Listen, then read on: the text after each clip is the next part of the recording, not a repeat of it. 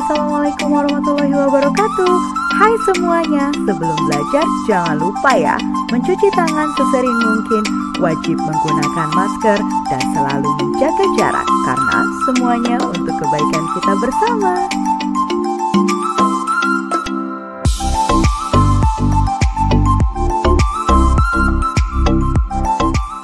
Assalamualaikum warahmatullahi wabarakatuh. Selamat pagi semuanya. Pada pertemuan kali ini kita masih membahas bab yang sama, yaitu pada bab drama-drama kehidupan, tapi dengan submateri yang berbeda, yaitu menganalisis isi dari sebuah drama-drama kehidupan.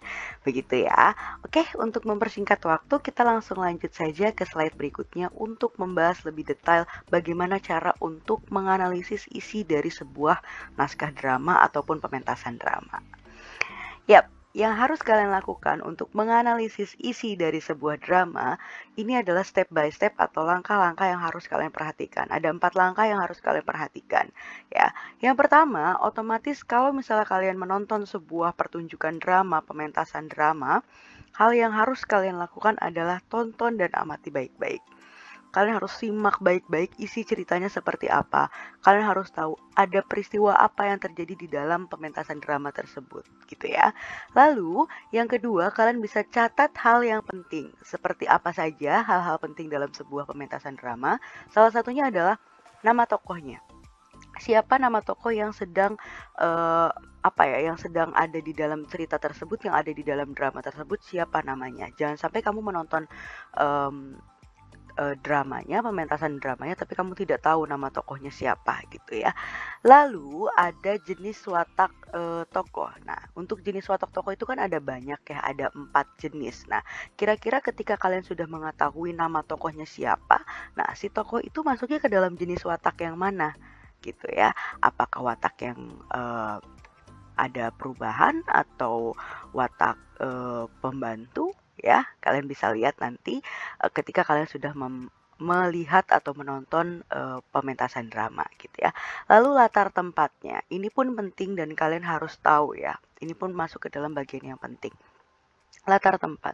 Ketika kalian menonton sebuah drama, pementasan drama, kalian harus tahu tempat kejadiannya ada di mana. Apakah ada di sebuah kerajaan atau di sebuah rumah, di hutan atau di mana tempat kejadiannya ya. Lalu waktu kejadian pun sangat penting. Kira-kira kejadiannya itu apakah pagi hari, siang hari, malam hari. Nah, kalian pun harus tahu waktu kejadiannya kapan gitu ya. Lalu setelah kalian mengetahui hal-hal penting, yaitu nama tokoh, jenis watak tokohnya, lalu latar tempat dan juga waktu kejadiannya, hal yang harus kalian perhatikan lagi, hal penting yang harus kalian perhatikan adalah kalian harus bisa membuat sebuah komentar, kalian harus bisa berkomentar atau memberikan kritikan yang santun dan juga sopan tentang kesesuaian tokohnya. Misalnya gini, di dalam sebuah cerita, tokohnya itu adalah seorang kakek-kakek.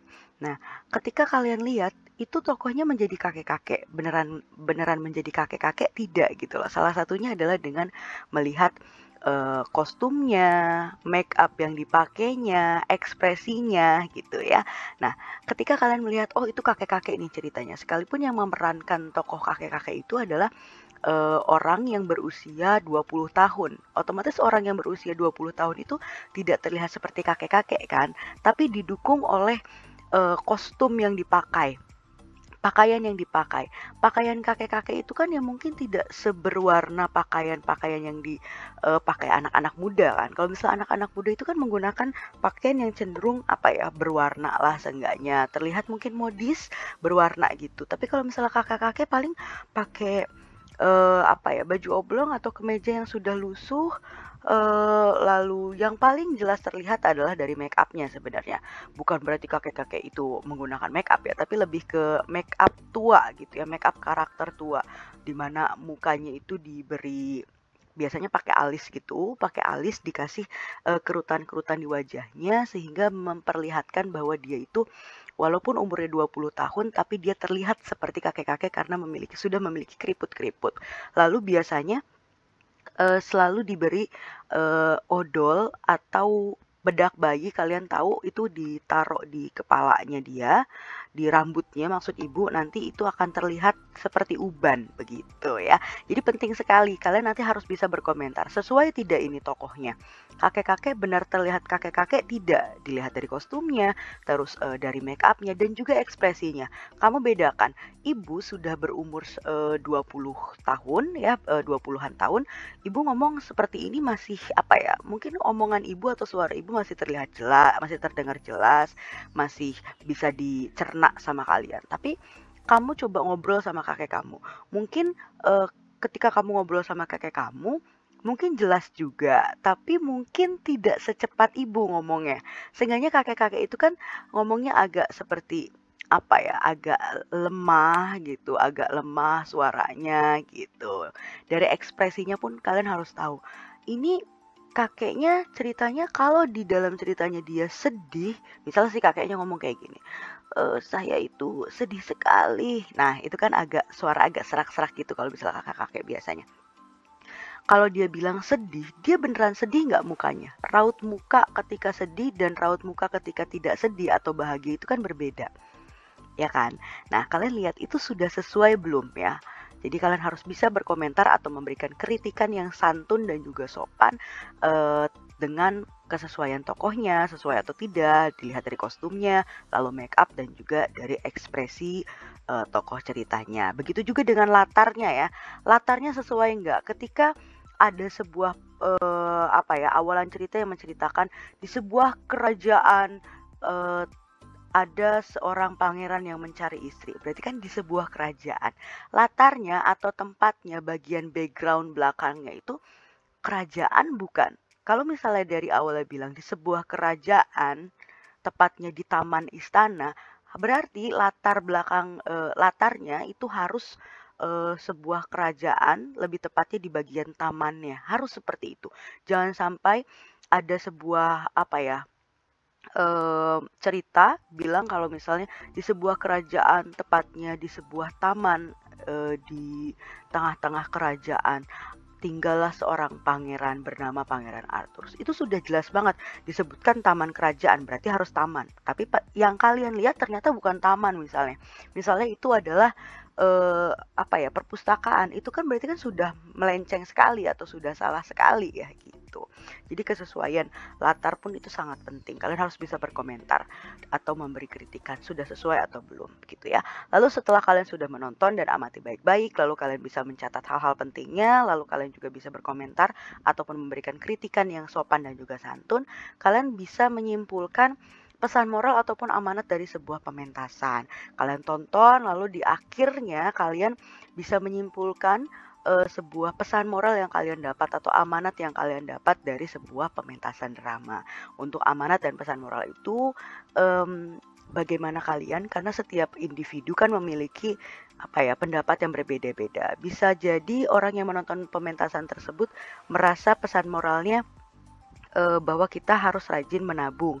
Tapi ada juga mungkin yang mendapat pesan moralnya bukan hanya rajin menabung saja, tapi kita harus juga menolong orang banyak, berbuat baik. Misalnya seperti itu ya. Jadi untuk pesan moral dan juga amanat ya, pesan moral ataupun amanat itu ibu bebaskan kepada kalian. Tapi yang jelas jangan sampai temanya apa, yang sedang dibahas apa, malah kalian jauh ke pesan moral yang lain. Itu berarti kalian mengada-ngada, kalian belum nonton tapi kalian sudahlah dikerjakan saja tugasnya. Jangan seperti itu ya. Oke, kita ke slide selanjutnya ya.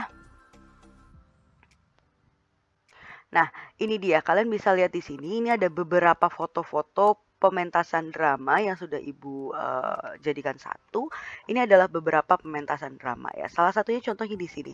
Ini ada sebuah gubuk tua, pokoknya di gubuk, ada gubuk lah dari kayaknya sepertinya ini di perkampungan, ada jemuran baju juga. Lalu ini sepertinya ada ibu-ibu pakai daster dan ada bapak-bapak tuh sarungnya disampingin gitu.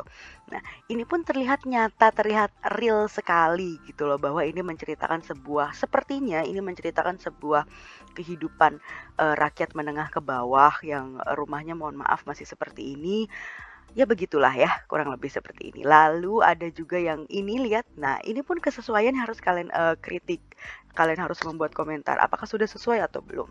Ini kalau misalnya kalian lihat, bertiga dari ketiga tokoh ini mereka itu umur aslinya sama, di umur 20 tahunan juga. Tapi yang ini terlihat seperti anak-anak, dan ini terlihat seperti bapak-bapak karena dia memiliki jenggot, ada kumisnya, lalu ini ada kerutan-kerutannya tuh.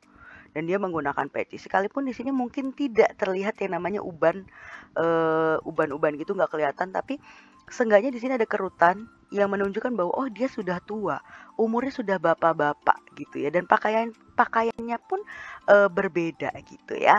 Lalu kalian bisa lihat di sebelah sini, ini adalah sebuah setting sepertinya ada di tempat makan atau meja makan di sebuah rumah ya. Lihat tuh, ini kayak di dapur, ibunya kayak dari dapur ngambil makanan keluar di sini bersama dengan bapaknya, ibunya, lalu ini anaknya.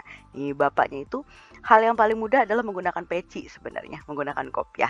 Biar terlihat lebih seperti bapak-bapak biasanya menggunakan kopiah, seperti itu biasanya.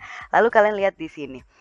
Ini mungkin kalian ada yang beberapa kenal sama tokoh ini, ada Bastian, ada Iqbal, dan juga ada Kiki ya. Nah ini ibu, mohon maaf ibu nggak begitu hafal ini siapa. Tapi mereka sedang setelah mementaskan sebuah pementasan musikal Laskar Pelangi.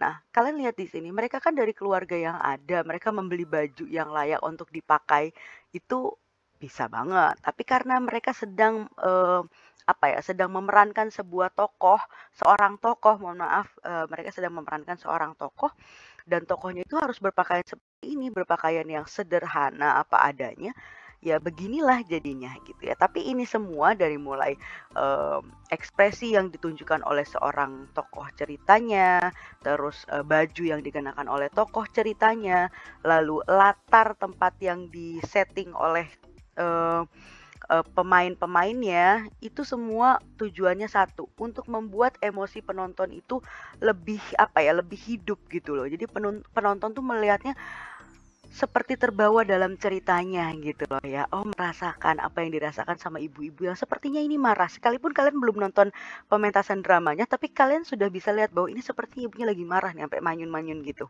ya. Dan ini pun kelihatan, di sini kelihatan sekali ekspresi dari si bapaknya itu sedih.